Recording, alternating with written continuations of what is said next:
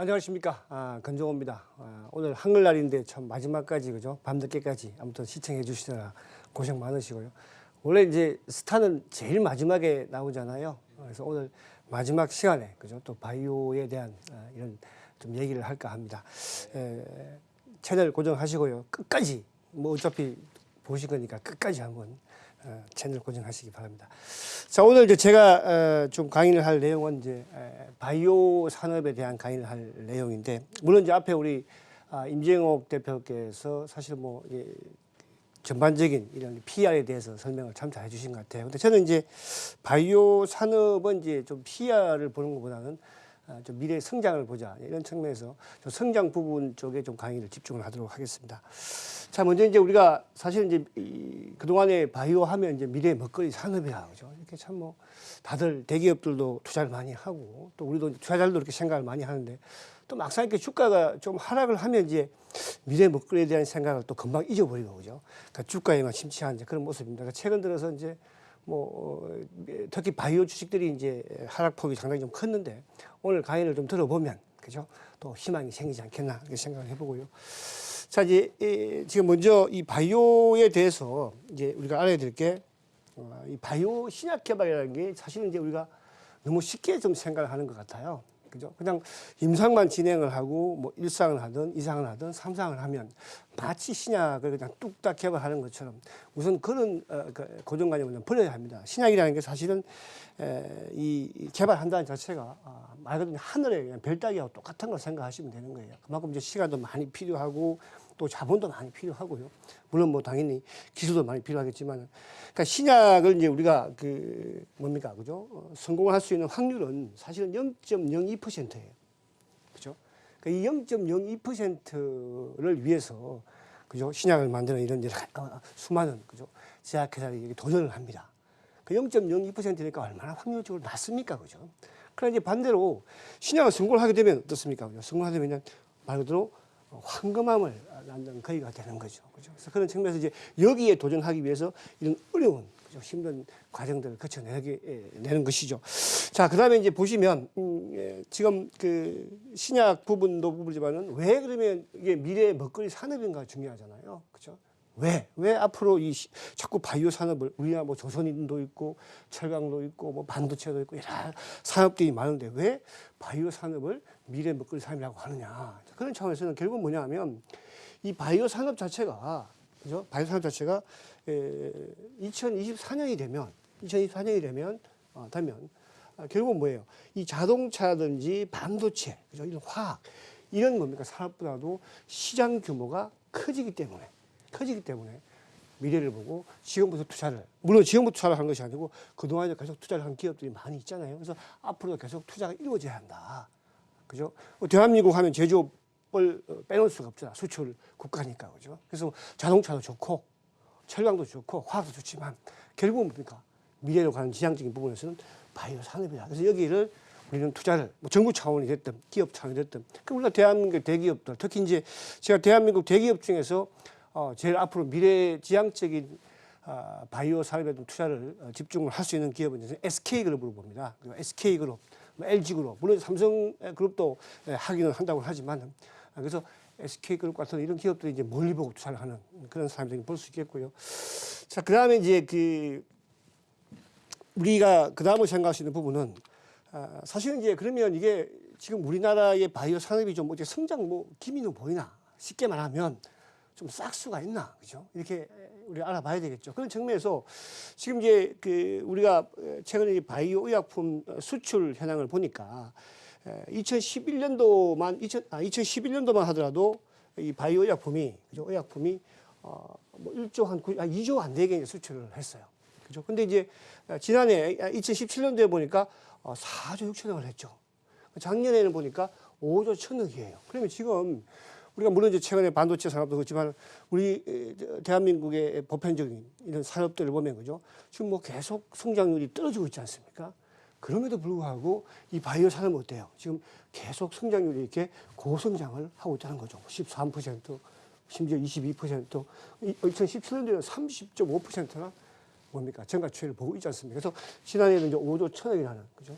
물론 뭐 다른 이런 산업이 왜 이제 그런 맛 시작이니까 그죠? 그러니까 지금보다는 2025년, 2030년이 되면 그죠? 이런 5조가 아닌 그죠? 이제 몇십 조, 몇백 조가 되는 그런 뭡니까? 날이 오지 않겠나 그런 측면을 보시면 될 것이고 그래서 이런 부분들을 생각할 때 그러니까 지금 그러니까 항상 투자라는 그런 거잖아요, 그죠? 제가 이제 이래서 한번 여담을 말씀드리면 제가 주식시장에 입문을 하니까 그때는 이제 지금 뭐 대한민국의 저포혁명이었어요, 그죠? 특히 이제 이런 뭐 그 땅을 많이 가진 이런 뭡니까, 그죠? 방림이라든지 또 이런 뭐 대한방치라든지 그죠? 그런 기업들이 각광을 받았거든요.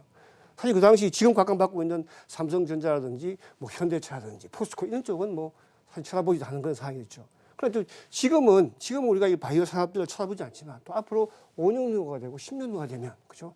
또 이쪽을 그러니까 미리 좀 가자는 측면에서 제가 오늘 말씀을 좀 드리는 그런 부분이죠. 자, 그래서 이제 그러면 우리가 최근에 제약주들이 좀 사실은 왜 초기에 혼란이 많이 올 수가 있습니다. 그죠? 그래서 2014년 이후에 이제 제약주들이 주가가 좀 많이 오르는 그런 모습을 보였는데 지금 보시면 이 당시죠, 그죠? 2015년부터 이제 제약주들이 많이 급등을 했어요. 그럼 여기에 가장 중심이 되었던 게 뭐냐 하면 바로 한미약품이죠. 한미약품은 왜? 그죠? 한미약품이 뭐 신약을 임상 3상을 해서 신약을 그죠? FDA 승인받는 것도 아니에요. 그럼 한미약품 하는 건 뭡니까? 바로 기술 수출이죠. 기술을 뭡니까? 기술을 수출한 거예요. 기술 수출. 그죠? 자, 그런 측면이라고 한다면 자, 그래서 이제 우리가 2015년도에 한미약품의 기술, 대한민국도 이 임상을 진행을 하는 과정에서 이거를 글로벌 다국적 제약사에 수출을 하는구나. 그죠? 그 시장은 열광을 하게 되는 거예요. 돈이 되는구나. 가능성을 보이는 거구나. 그와 더불어서 이제 뭐예요? 그죠? 이 셀트리온이 뭐예요? 셀트리온의 판매사인 미국의 호스피알을 화이자가 인수를 하게 되는 거죠. 왜? 셀트의 제품을 판매하기 위해서. 이렇게 하면서 주가가 이제 급등하기 시작하죠. 이제 그 이후에 주가가 이제 급락을 했던 부분은 물론 시장 부분도 있겠지만 급락했던 부분이 결국 뭐예요? 또 한미약품이 기술 수출에 대한 또 이런 캔슬이라든지 그죠? 취소라든지 이런 부분들. 근데 그 이후에 중요한 부분이 이제 상당히 중요할 것 같은데 여기에 상승했던 것은 주가가 많이 급등을 한 거죠. 이 당시에도 그죠? 여기는 이제 뭐냐 하면 결국 이제 셀트라는 기업의 어떤 그 코스피 이전 이 부분도 있지만 일부분 뭡니까? 시장의 강성. 그죠? 그러니까 셀트가 코스피 이전도 있었지만 뭐예요? 셀트라는 회사가 사상 최대의 실적을 냈다는 거죠. 그죠? 그러면 우리 바이오 업계를 여러분들이 가만히 보시면 가장 중요한 게 뭐예요? 첫 번째는 기술 수출을 해야 해요. 그러니까 이 당시에 임상을 가지고 임상 성공했습니다.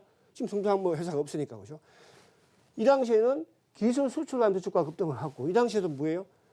기업의 실적을 뭡니까? 그죠? 셀트리라는 기업이 사상 최대 실적을 내면서 주가가 급등을 한 거죠. 자, 그러면 지금 최근 들어서는 이제 주가가 급락을 했죠. 그죠? 이 급락을 한 부분에서는 시장도 급락을 했지만 뭐예요? 특히 이제 셀트 기업의 최근에 나타나는 이런 HAB의 임상 3상 부분에서의 못 뽑힌 미달이라든지 또 뭡니까? 신라젠의 또 이런 임상 뭐 실패라든 부분이라든지 또 뭐 헬릭스미스도 마찬가지로 임상에 대한 3상에 대한 이런 실패 부분들. 그 주가가 하락을 했어요. 급락을 한 거예요. 자, 그러면 과연 여기서 앞으로 희망이 있을까? 그죠? 희망이 없으면 지금 뭐 바이오에 대한 이런 산업을 연구할 필요가 없는 거죠. 자, 한번 기본적으로 우리가 알아야 될 게 뭐냐 하면 바이오 이 산업의 이제 우리가 분야의 위치를 아셔야 돼요. 사실은 이제 지금 이제 앞에 우리 임진혁 대표가 PR 말씀 많이 해주셨는데 의료기기 좋죠, 당연히 그죠? 또 뭐 의료의약품 이런 쪽은 뭐예요? 약간 이제 성장 중후기에 와 있죠, 그죠? 근데 바이오 시밀러는 성장 뭐예요? 성장 지금 이제 초기에 와 있고 그죠? 최근에 이제 임상에 실패했던 이런 기업들, 유전자 치료든지 이런 뭐 세포 치료 이쪽은 이제 태동, 이제 시작인 거거든요. 이제 시작이라는 뜻이에요. 그죠? 그래서 이런 부분을 내가 생각을 하면서 좀 바이오를 투자를 할 때는 뭐예요? 좀 느긋하게 길게 할 수 있는 또 그냥 뭐 시장에서 그냥 주가가 한 번씩 뭐 이렇게 오르는 이런 주식들도 물론 중요할 수 있겠지만, 그죠? 그 기업의 미래에 대해서 좀 한 번씩 검증을 해보고 점검을 해보고 접근하는 게 바람직하다 이렇게 말씀을 드리고요. 자, 그 다음에 이제 그 이쪽 부분에서 보시면 요거는 이제 최근에 우리가 임상 실패를 했던 바이오 업체들의 미국 임상 실패했던 이제 기업들을 한번 보겠습니다.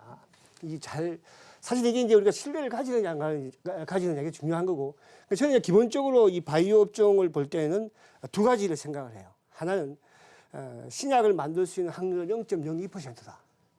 그리고 이제 그 기업의 오너 CEO의 도덕성을 많이 봅니다. 그래서 그런 부분들 여러분들이 보면서, 그죠? 사실은 이런 부분도 많잖아요. 우리가 임상 2상까지는 대부분의 기업들이 쉽게 올 수가 있어요. 근데 임상 3상을 진행한다는 것은 상당히 어려운 거거든요. 그죠? 또 어려울 뿐더러 또 자본도 많이 들어가요. 근데 임상 2상까지 흘러가서 많은 자본이 필요하다 보니까 또 시장에서 주가를 그죠? 기대치를 높여 놓으니까 어때요? CEO 입장에서도 또 한 번 약간 실수를 할 수도 있거든요. 에이, 모르겠다. 확실하지 않지만 일단 인상 가고 보자. 그럼 주가를 그런 부분들도 약간 이제 있긴 한데, 아무튼 헬릭 스미스 같은 경우에 어쨌든 뭡니까, 그죠? VM202 자체가 하여튼 위약 부분과 혼합이 되어서 일단 3상에서 실패를 했다. 그죠? 이렇게 이제 발표를 하고, 그러고 나서 곧바로 이제 뒤에 이따가 말씀드리도록 하고, 또 성공했다는 발표가 나왔죠. 독립적인 자체적인 부분에서는. 자, HIV도 마찬가지예요. 그죠? HIV도 마찬가지 위암 치료제 부분에서 미국에서는 임상 목표치에 미달했다. 그죠? 근데 반대로 유럽에서는 오히려 동등하게 목표치가 나왔다. 그래서 성공했다. 발표를 함으로써 주가가 또 최근에 급등을 하는 모습이었고, 신라젠 마찬가지, 코롱 디시쇼 마찬가지.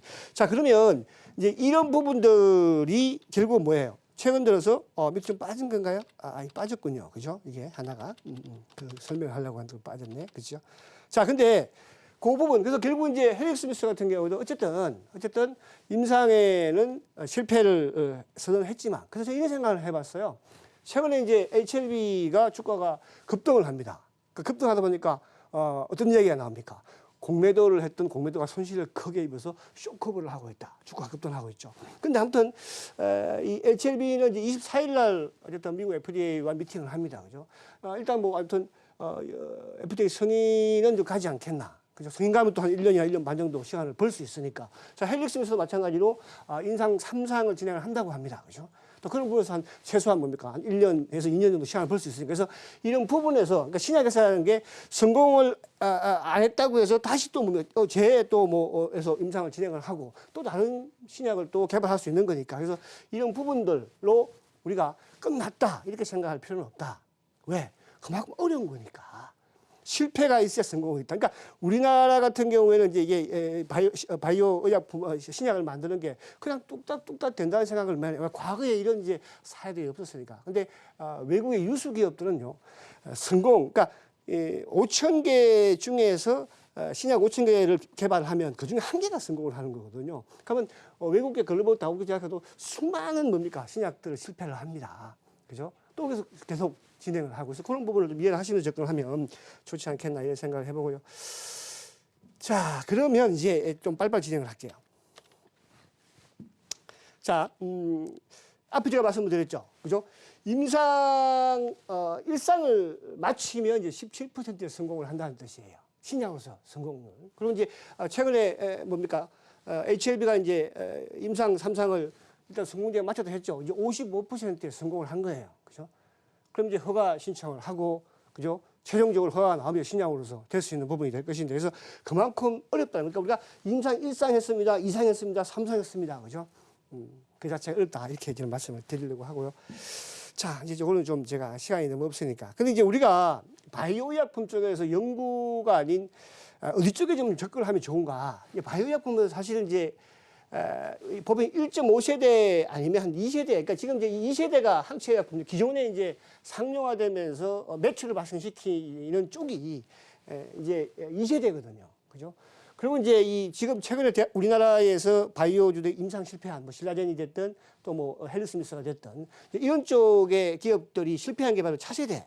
그죠? 세포 치료제라든지 이온제 치료제. 그러면 우리가 지금 우리나라 수많은 바이오 기업들이 많이 있지만 1.5세대 이쪽 그러니까 바이오 베타 부분 쪽하고 그다음에 뭐예요? 그죠? 2세대. 항체의약품을 만드는 또 그렇다면 바이오 시밀러를 하는 이런 기업들에서 여러분들 선정을 하시면 크게 그렇게 뭐라 그럴까 최근에 뭐 신라젠이 하한가를 3번 치는 뭐 그런 위험성은 좀 회피하지 않겠나 그런 생각을 또 해봅니다. 그죠?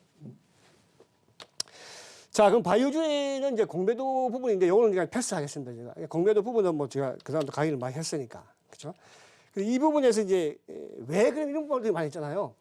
왜 삼성전자에는 이렇게 공매도를 많이 하는데도 불구하고 주가가 급락을 하지 않을까? 그죠? 또 하이닉스에도 공매도가 하는데 왜 급락하지 않을까? 근데 왜 바이오 주식들, 특히 코스닥의 일부 이제 이런 종목들은 왜 공매도 때문에 주가가 급락을 하는가? 그런 좀 생각들을 많이 하신 분이 계실 것 같은데, 그러니까 바이오주는 미래에 대한 불확실성이 있기 때문에 그러니까 이럴 때 교묘하게 어떻게 보면 공매도가 공략을 하는 거죠, 그죠? 저는 그런 부분에서 이제 항상 그런 말들을 많이 말씀을 드려요. 그러니까 이런 특히 바이오 산업 같은 경우는 좀 성장 산업이고 또 미래 먹거리 산업이니까 보호 차원에서도 좀 이제 공매도를 제한하면 좋지 않겠나 그런 생각을 많이 합니다. 뭐 삼성전자를 이 뭐야 우리가 이제 바이오 공매도 이야기를 하면 항상 뭡니까?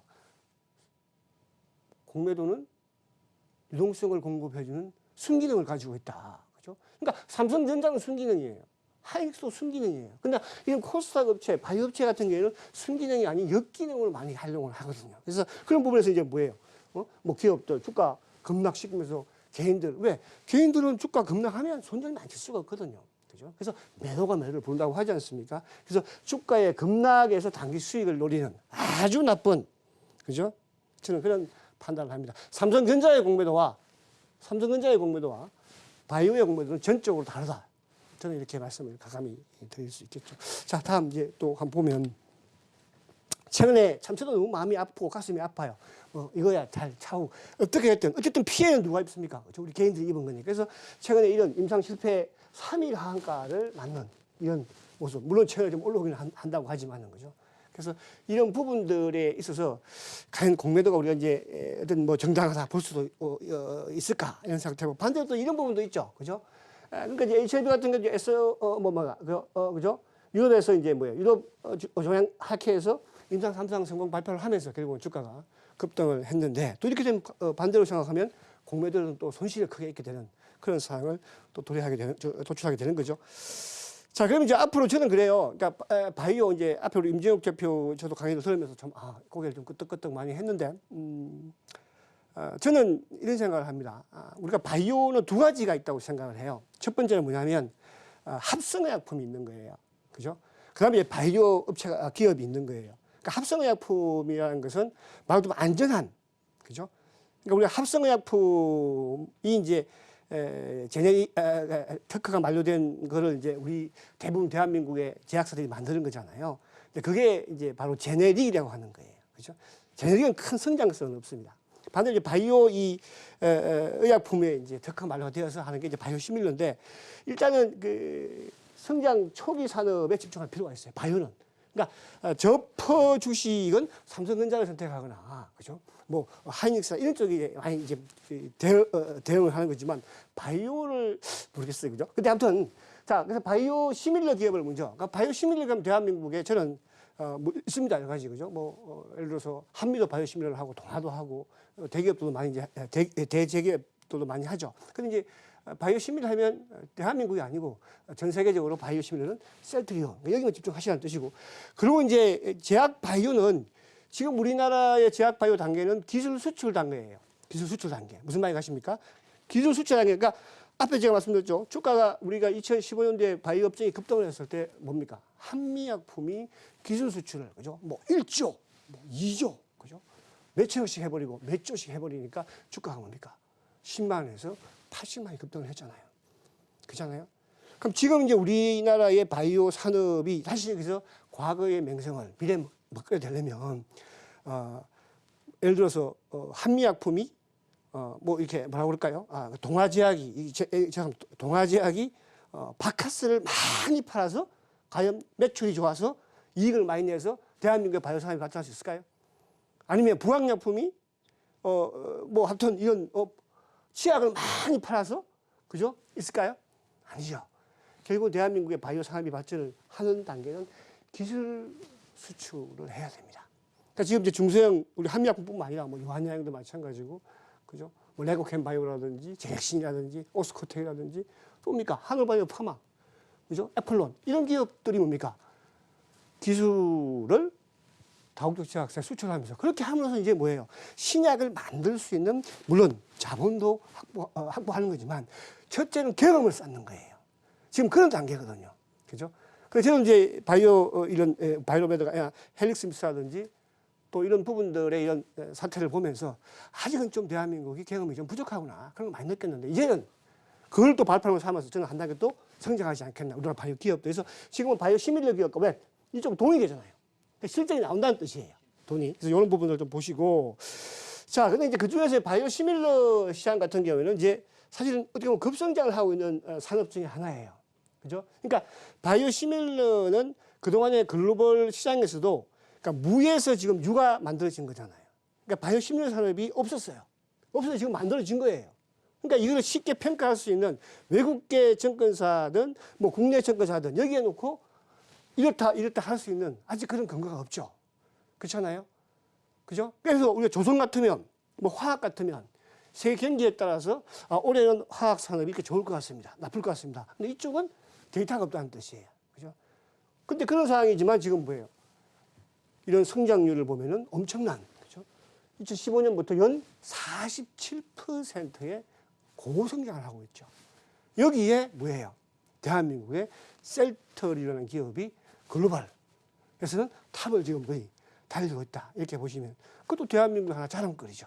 삼성전자가 반도체를, 휴대폰을 가지고 대한민국을 알렸다면 이제 대한민국에는 뭐예요? 셀터리온이라는 기업이 바이오 시밀러를 가지고 이제 알리는 그런 시작 시점에 와 있다. 그런 것은 자랑스럽지 않나요? 그렇죠? 그렇게 생각하시면 될 것 같고요.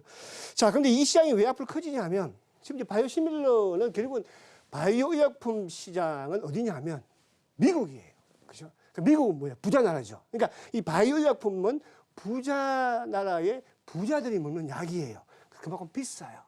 그래서 미국을 뚫지 않고는 성공할 수가 없어요. 지금도 보시면 유럽은 이제 많이, 그죠? 바이오 시밀러가 거의 점령을 많이 했죠. 그죠? 근데 아직은 뭐예요? 미국, 전 세계, 그게 이제 시장이라는 뜻이에요. 그러니까 셀트리라는 기업이 이제 뭐 1조 수출을 했습니다. 어쩌고 하지만, 그죠? 이제 세발에 보니까 뭐예요? 전 세계에 보니까. 그죠? 그래서 이제 시작이다 이렇게 보시면 될 것 같고. 그래서 미국을 이제 선점하는 바이오 시밀러 회사가 결국은 뭡니까? 세계 탑이 될 수 있다. 자, 그런 측면으로 보시면 될 것이고요. 자, 미국 FDA의 바이오 시밀러 현황도 쭉 보면 이제 우리나라의 이제 바이오 시밀러 회사인 이제 이 셀트리온, 그죠? 셀트리온. 자, 셀트리온이 있고요. 그다음에 자, 이 셀트리온이 있는데 셀트리온은 이제 지금 세 개의 제품을 미국에서 허가를 받았습니다. 그죠? 미국에서 세 개의 한 회사가 세 개의 지금 제품을 FDA 허가를 받은 회사는 전 세계에서 대한민국의 셀트리온 기업이 유일합니다. 그죠? 그래서 이제 이번 올해 내년 저는 이쪽에 그죠? 폭발적인 매출이 발생되지 않겠나 그 생각이요. 또 이제 두 번째로 삼성바이오도 이제 2개를 했죠, 그죠? 삼성바이오 에피스, 그죠? 에피스. 그러니까 삼성바이오 로직스가 아니고 삼성바이오 에피스. 그러니까 삼성바이오 에피스하고 로직스 구분을 하셔야 돼요. 그러니까 로직스는 말 그대로 제약을 생산하는, 그죠? 생산 공장으로 보시면 되는 거예요. 에피스는 말 그대로 제약을 연구하고 만드는 R&D하는 회사예요. 근데 우리는 그냥 이쪽에 에피스가 하는 거를 막 로직스에 갖다 붙이는 경우가 많아요. 그죠? 그러니까 CMO 기업이에요. 그래서 그런 부분을 좀 여러분들 분간하셔서 알 필요가 있다 말씀드리고 쭉 이런 부분이 있다 이렇게 말씀을 드리고 자, 그러면 이제 그러면 자, 셀트리온이라는 회사는 그러면 바이오 시밀러를 어떤 걸 가지고 있느냐 이게 중요하잖아요. 그죠? 그래서 첫 번째는 이제 트룩시마 시장은 뭐 8조예요. 유럽에서 지금 시장 점유율 거의 약 39%. 그죠? 그 다음에 램시마, 뭐 허즈마, 그죠? 앞으로 이제 휴미라, 삼성 진행하고 있죠. 램시마 SC, 미국에서는 신약이고 유럽에서는 바이오 베타입니다. 그래서 이 부분, 이 파이프라인만 그냥 가지고 나가도 그죠? 4조, 5조에 아니면 이 램시마로 따진다면 뭐 엄청난 앞으로 10조도 할 수 있는 그런 부분이 될 수 있는 부분이 되지 않겠나 생각이 되고. 자, 제가 마지막으로 부탁을 좀 드리고 싶습니다. 최근에 우리나라의 바이오 산업들 이제는 바이오를 하나의 테마로 여러분들이 보지 마시고요. 이제 하나의 산업으로 보셔야 합니다. 그죠?